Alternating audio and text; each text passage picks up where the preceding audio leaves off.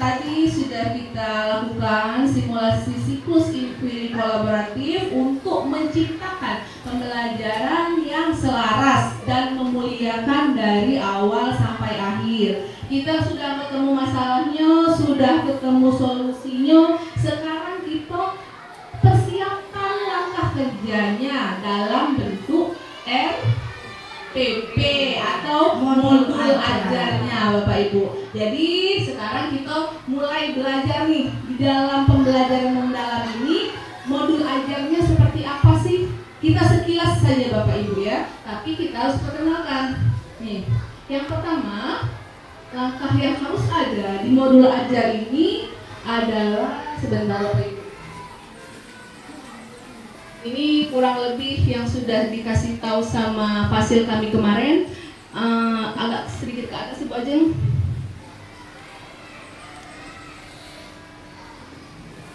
Yang pertama itu adalah kita siapkan profil dimensi pelajar Pancasilanya, dimensi lulusannya ada 8 ya. Ya, profil lulusannya ada 8. Kita centang Bapak Ibu. Kira-kira pembelajaran ini mau menghasilkan dimensi berapa dimensi?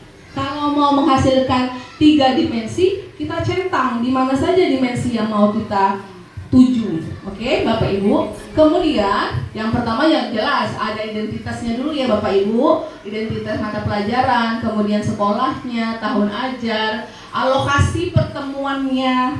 Tuh. Kemudian dimensi profil lulusannya itu mau kita targetkan berapa? Kalau mau 5, kita conteng 5, yang mana saja disesuaikan dengan pembelajaran yang akan kita lakukan. Kemudian scroll ke bawah Ibu.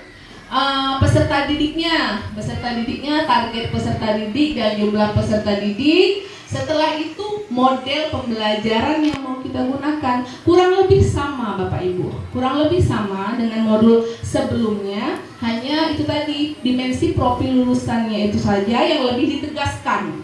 Dalam pembelajaran ini kita mau berapa target profil dimensinya yang mau kita ambil, paling sedikit 4 lah Bapak Ibu ya. Kemudian selanjutnya sarana dan prasarana, oke. Kemudian Bu aja. Untuk yang kedua juga ada nih, pengetahuan awal peserta didik, identifikasi kondisi awal peserta didik dan materi. Mulai dari pengetahuan awal peserta didik yang kita dapat dari pertanyaan pemantik tadi Bapak Ibu.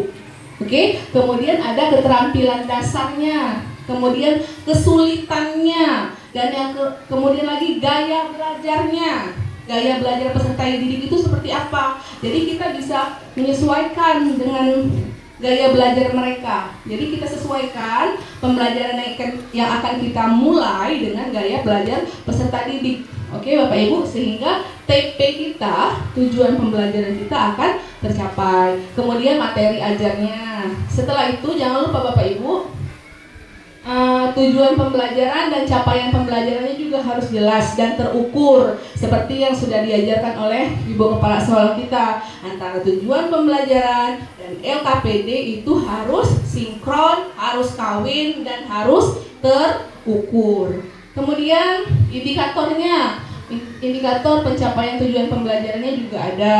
Next, kemudian Mbak Ajeng. Yang ketiga itu kita harus ada namanya interdisipliner. Jadi kira-kira mata pelajaran pembelajaran yang kita bahas ini itu sinkronnya sama mata pelajaran apa baik? Oke? Iya, sinkronnya sama mata pelajaran apa baik nih? Apakah sama matematika, sama IPA, atau sama olahraga? Karena tadi di profil dimensi 8 tadi kan ada yang namanya apa tadi Bu? Kebugaran dan kesehatan ya, olahraga, kolaborasi. Jadi kita harus tentukan pembelajaran yang akan saya lakukan ini kira-kira kawinnya sama pelajaran mana baik ya, seperti itu. Oke. Kemudian pertanyaan pemantik, saya rasa Bapak Ibu sudah sangat paham ya pertanyaan pemantik tadi. Next. Kemudian jangan lupa Bapak Ibu, untuk di setiap inti pembelajaran itu disiapkan yang mana poin bermaknanya, yang mana poin memahaminya dan yang mana poin mengembirakannya. Ditulis, oh yang ini poin bermakna, oh yang ini poin mengembirakannya. Biasanya poin mengembirakan itu dan ketiga ini Bapak Ibu, berkesadaran, bermakna, dan mengembirakan harus ada dari awal sampai akhir pembelajaran. Oke Bapak Ibu, bukan jangan di tengahnya boleh, harus dari awal Bapak Ibu. Dari mulai kalimat pemantik, dari mulai asesmen diagnostik sampai dengan closing. Oke, jadi ketiga ini harus masuk semua. Itu Bapak Ibu. Kemudian lagi, nah ini biasanya joyful learning. Joyful itu mengembirakan ya Bapak Ibu. Next Ibu aja. Yang kelima, oke.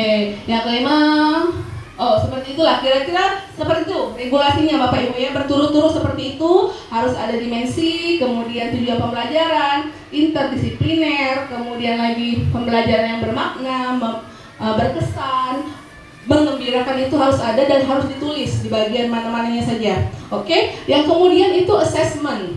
Assessment Bapak Ibu, assessment itu ada dua, assessment formatif dan assessment sumatif. Assessment formatif itu dilaksanakan saat proses pembelajaran.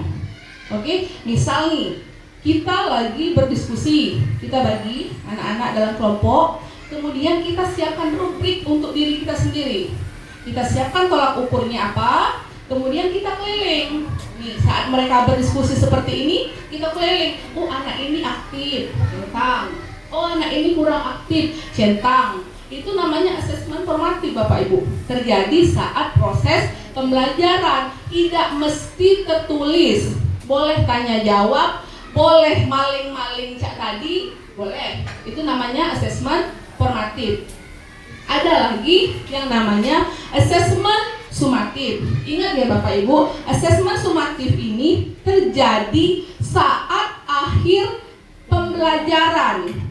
Misalnya kalian butuh 4 pertemuan untuk melaksanakan 1 TP. Misalnya 1 TP itu dibutuhkan 4 kali pertemuan untuk menyelesaikannya. Jadi asesmen sumatifnya terjadi di pertemuan keempat. Seperti itu Bapak Ibu. Oke, asesmen sumatifnya terjadi di pertemuan keempat. Jadi kalau misalnya asesmen sumatifnya pertemuan keempat, 1, 2, 3-nya ngapui, ya kan? 1, 2, 3-nya tanya, cak mana nak? Ngerti nak? Ini tadi apa nak? Ini pengertiannya apa nak? Seperti itu Bapak Ibu. Oke, kalau asesmen sumatifnya nian tertulis, silakan dikerjakan pada saat pertemuan terakhirnya. Oke, paham ya Bapak Ibu? Kemudian ada yang namanya asesmen diagnostik. Itu tadi berkaitan dengan kalimat pemantik. Oke, jadi kalau misalnya Bapak Ibu ada yang masih kurang paham tentang namanya asesmen formatif sama asesmen sumatif, boleh ditanyakan. Intinya asesmen formatif itu terjadi pada saat pembelajaran dan asesmen sumatif terjadi pada saat akhir pembelajaran. Misalnya butuhnya 4 pertemuan untuk 1 TP, berarti pertemuan keempat diadakan asesmen sumatifnya Bapak Ibu. Yang pertemuan pertama, kedua, ketiga kita refleksi saja. Langsung tanya face to face, mana nak? Pengertian ini tadi apa nak? Pengertian ini tadi apa? Pengertian ini tadi apa nak?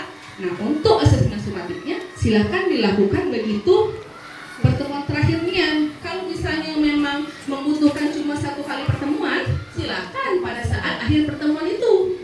Pokoknya intinya Bapak Ibu, asesmen sumatif itu di akhir selesainya TP. Kalau menurut Bapak Ibu selesainya 4 hari, hari keempat. Oke, Bapak Ibu paham ya? Kalau asesmen formatif boleh selama pembelajaran berlangsung. Boleh maling-maling, boleh langsung tanya jawab, boleh soal. Seperti itulah kira-kira Bapak Ibu.